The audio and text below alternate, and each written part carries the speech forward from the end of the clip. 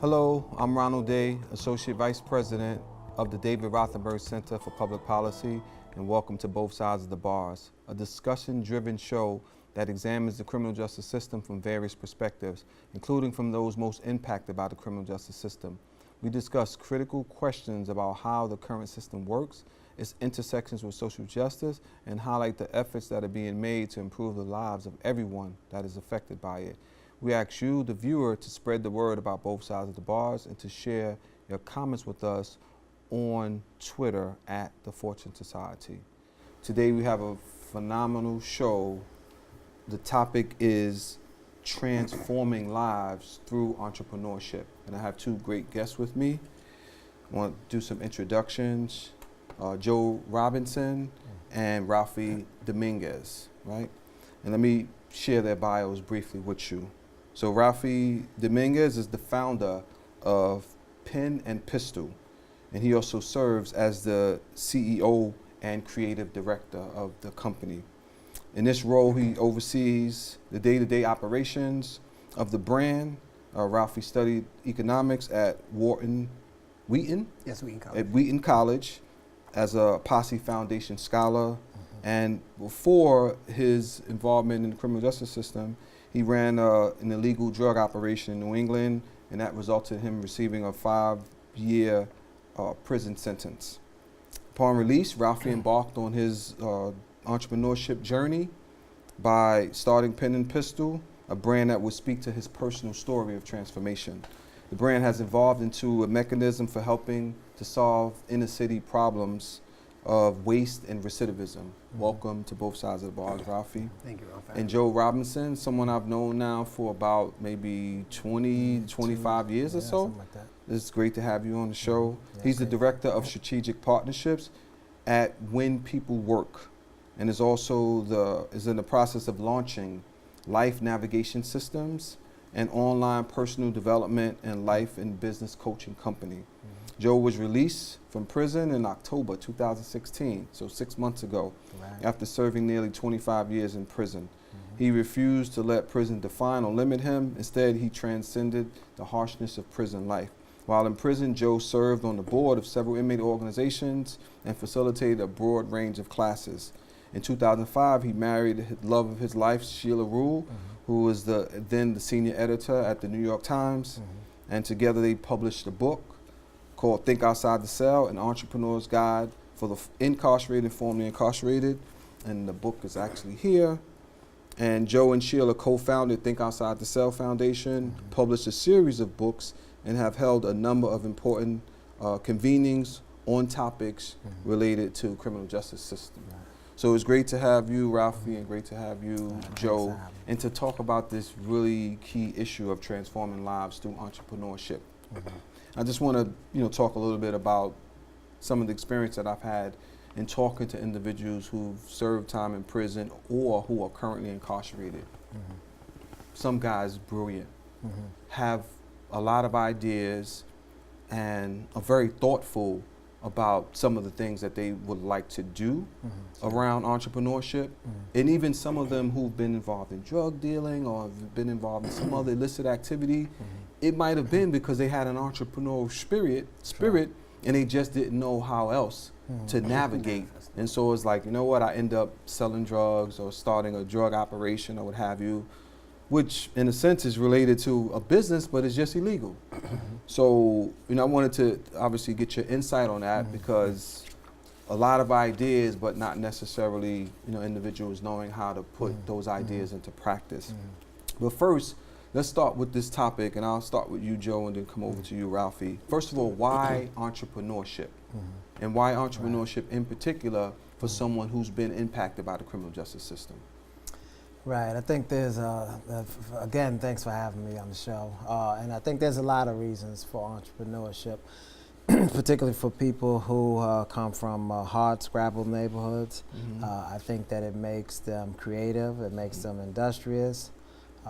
They are often driven.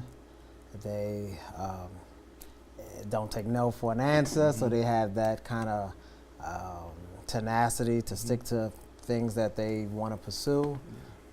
And at the end of the day, I think being an entrepreneur is being creative. It's about producing. It's about adding value to society. And I think too often, as you alluded to earlier, a lot of people in certain neighborhoods see themselves as just the opposite, as people who just take, as opposed, take away from society, their families and others, as opposed to giving. And so I just think that, as you alluded to earlier, that they have a natural inclination. It certainly was the case with me. It took me going to prison for 25 years to, I actually learned early on, like in the early 90s, I was able to connect the dots and say, well, why, I keep going about trying to make money, but I'm going about it the wrong way. There must be another way. And so, as you alluded to earlier, it is about redirecting people's thinking so you can redirect their lives and they can make an impact. So I just think that they're naturally predisposed to being entrepreneurs. They just don't know it often, and often are not given the opportunity to pursue that avenue. Got it. Yeah. Same question for you, Ralphie, because both of you have experience that is particularly valuable that's going to come up during this conversation. But for you, why entrepreneurship? Well, for me, entrepreneurship really was the seedling that kept me motivated. I was unhappy with a 9-to-5. I mean, it's great to have a 9-to-5 for some people. For me, entrepreneurship, I'm a natural hustler, and I get satisfaction from chasing that, selling that product. And I did it illegally on the street, and I knew I could do it legally, right? And so establishing a business was really a natural extension to that hustle, to that grit and that grind that you have within you. And then I saw it, dollars and cents. Like I wasn't making the kind of money that I was making while I was hustling. And so owning my own business was not only a dream, but it was a way of getting the kind of money that I wanted in the long run. And I think that goes for a lot of the people that are grow up in poverty and want to make the money, but don't want to put in the work. I mean, there's that dynamic in there. Yeah, and I think some folks want to put work in, but they're not directed the way that you both have said already, and putting the work in a way that's positive and that adds value to their families and communities and so forth. Because once all you have is something that is negative, then that's all you have is negative results. But what I wanted to ask you now, Joe, is you wrote a book. I read the book. The book was excellent, and I would definitely suggest anyone who's interested in entrepreneurship, who's interested in what happens to people who go to prison and some of the ideas that they have and the tenacity that you mentioned. What inspired you to write the book? And there are a lot of people who would love to write books. Right. In 1995, I started teaching both entrepreneurship and personal finance, and while in prison. I was incarcerated in early 1992, and between those 3 years, I read everything I could get my hands on. I said, I really have to get control of not just money, but my life. And so, I read everything. I've always been a good student, even prior to getting in trouble with the law. And I'm a natural teacher. That's what I do. And so, in 1995, while at Greenhaven Correctional Facility, I was offered the opportunity to teach a class on personal finance by one of the leaders of one of the quote-unquote inmate organizations. And to be honest, I was a little nervous, because it was like, I felt confident that I knew the topics, but I'm like, I don't know if I could teach this stuff in front of, hardened guys, hardened men in prison. And, but I did it, and I did my thing, I did very well. They took to me, and that is almost like, it's almost like a high, to be like a natural high, just in the same way in terms of like jogging or working out, that feedback and knowing that you're making a difference and in a positive way, that did it for me. And so many years later, I taught, dozens and dozens of classes in prisons all across the state. And so I remember a guy while at Sullivan Correctional Facility, in particular, he, I think was the main motivation. But over the years, there were others who would always ask me questions about entrepreneurship or stocks and bonds and all of that. And some guys are too cool to come to class, but they'll ask me in the yard or they ask me in the housing unit. And he was one of those guys. And so the light bulb went off. I said, I got to make money off this stuff. I'm giving all this free information, over the years. It's all good. Some people, I was using it, having their family members start businesses or invest in stocks and bonds. And I set out to do it. I asked my wife, would she support me? And she said, I'm not a business person. Just tell me what you need me to do. And we did it, meaning I wrote it. She helped edit it, and in 2007, we published it. And we're still selling books now. So. Yeah, thank you for that. That's something that's really important for the audience.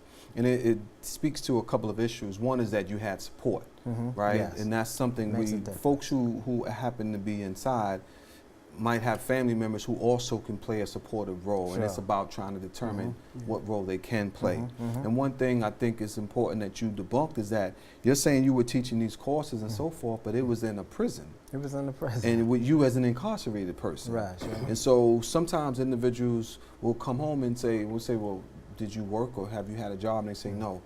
It's like a person was in prison for 15, 20, 25 years and don't see value in what they did while they were incarcerated. Sure. And so for all that you've done, it's like you know how to translate that to someone else as having been work. Right. And like you said, I did a tremendous amount of, there was a tremendous amount of effort put into this. Sure. You read all these different books and so forth. Right. You didn't just wake up one day through osmosis saying, I'm going to do this personal finance and entrepreneurship thing. So I think that context was really important for the audience. And Rafi, what about you? What inspired you? You talked a little bit about it earlier to say, I'm going to start my own business and to actually kind of like follow through, because we know a lot of people who would love to start a business just like they would love to write a book, but it just, there's a lot of barriers, a lot of hurdles and so forth that you alluded to earlier. Some people are not really ready. They might have an idea, but there's a whole complete package that takes actually having the idea and having that work towards implementation of it and then a functioning business. Right. Well, I was afforded, and just to speak on what Joe mentioned is you want to start from the inside. Like you have all this ample time to get your plan going, and it's just to do it. Like for me, I started making leather accessories while I was in prison. I wasn't getting a lot of commissary money. The feds are taking all my money, take all my cars, right? So I had to get some money somehow. And I started making the wallets, selling it to my own inmates. So, well, this is working. These guys like it, right? There's a market there. There's a market there, right? There's this, black economy, right? If you're not, if you will. And so it works. I mean, you're getting money inside. You make it a plan. I mean, you see it as a dream first. You see it as a hobby. Then it becomes realistic. It becomes tangible when you're making a living off of it. And for me, it's just that's exactly what it is. Bare bones. It's the hustle. You've got a product. You sell it. You hit the street. You knock on every door, and you'll get shut down. But baseball players get paid for hitting 2 times out of 100, right? Out of 10, excuse me. And so that's not a very good average. If you're knocking on 1,000 doors and you get 200 responses, that's something good. That's $200 you got in your pocket if they're giving you $1. And it's all about numbers. For me, it was okay. I've got a product. I've got an idea. I need to surround myself with people that'll support my idea. I have a family. I can speak. I have some education. And so you have to learn how to garner that gift and that talent. You reach out to people. People will tell you, no, man, I can't help you. But then there's someone else that'll tell you, here's $1,000. Or here's, advice that's worth $1,000. And so you really have to tap into that network. So it starts, for me, it started while I was inside. It was like, my first 6 months I was in segregation because I was still doing drugs and still living, a rebellious lifestyle. And then in the shoe is when I really started considering, well, is this what I really want for the rest of my life, or do I want to pivot and really focus on becoming a man? And it started from the inside. When I came home, I reached out to organizations that cater to the formerly incarcerated, And I just tapped every person on their shoulder and said, you know what, can you help me? For me, entrepreneurship, it was that natural thing for me because I needed to make it work. I had so much writing. Like, I come from a different background. Like, I was raised in the South Bronx, where we really didn't have much. And I transitioned into a school where everyone was rich. And I didn't come from money, so I wanted to assimilate. So my background was kind of different, as opposed to someone that's really had nothing, and continued down that path. I had an opportunity, I lost it, and really that's where, again, back to where it started from is, that spark is, well, I lost it all. This is a failure. What can I learn from this failure?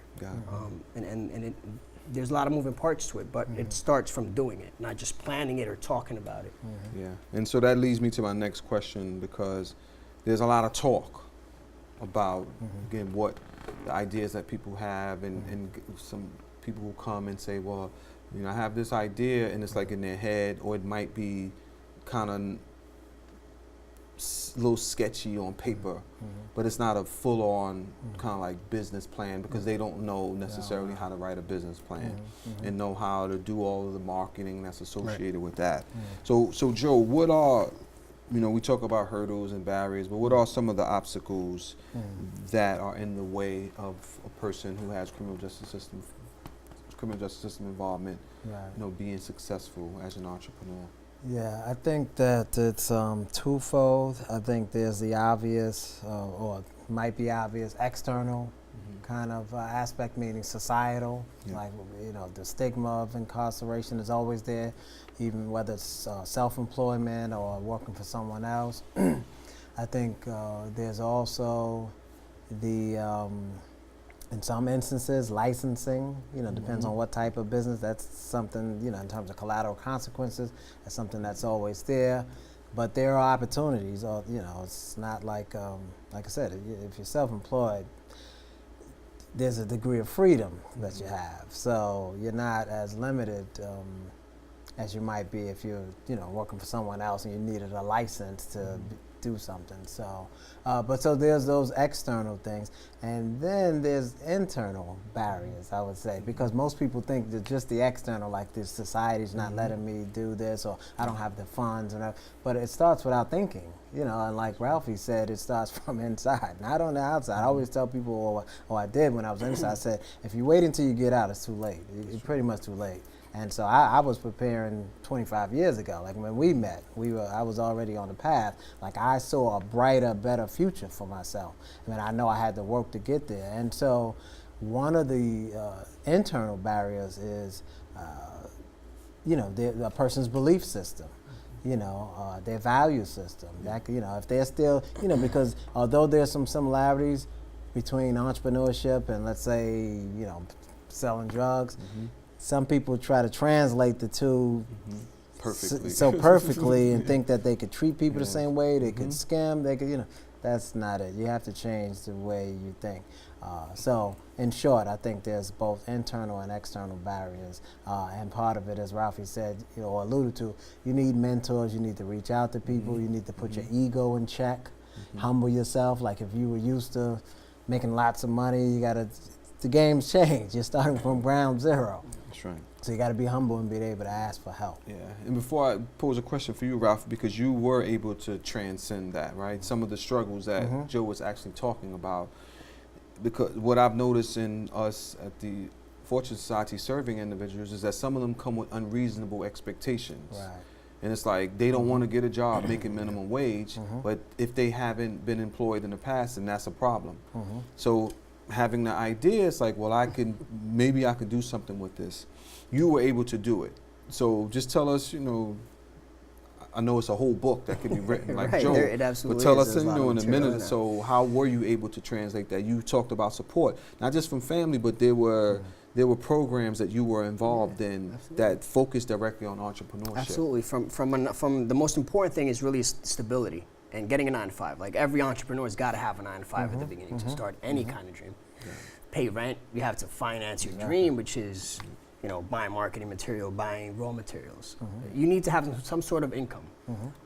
And that's really the first key for me was getting a decent paying job so that I can satisfy the man, which is, halfway house or supervised release. And I did that, my first year. And really that was my plan, was work my first year, save as much money as I can, and then launch my business. And in that time, I'm making prototypes. For me, I have a tangible product. And so that first year was my goal, was, all right, I'm gonna work 9 to 5. I'm gonna really connect with everyone that I lost contact with in that time, and really build my base. So when I do launch, I already have some sort of substance and foundation to proceed.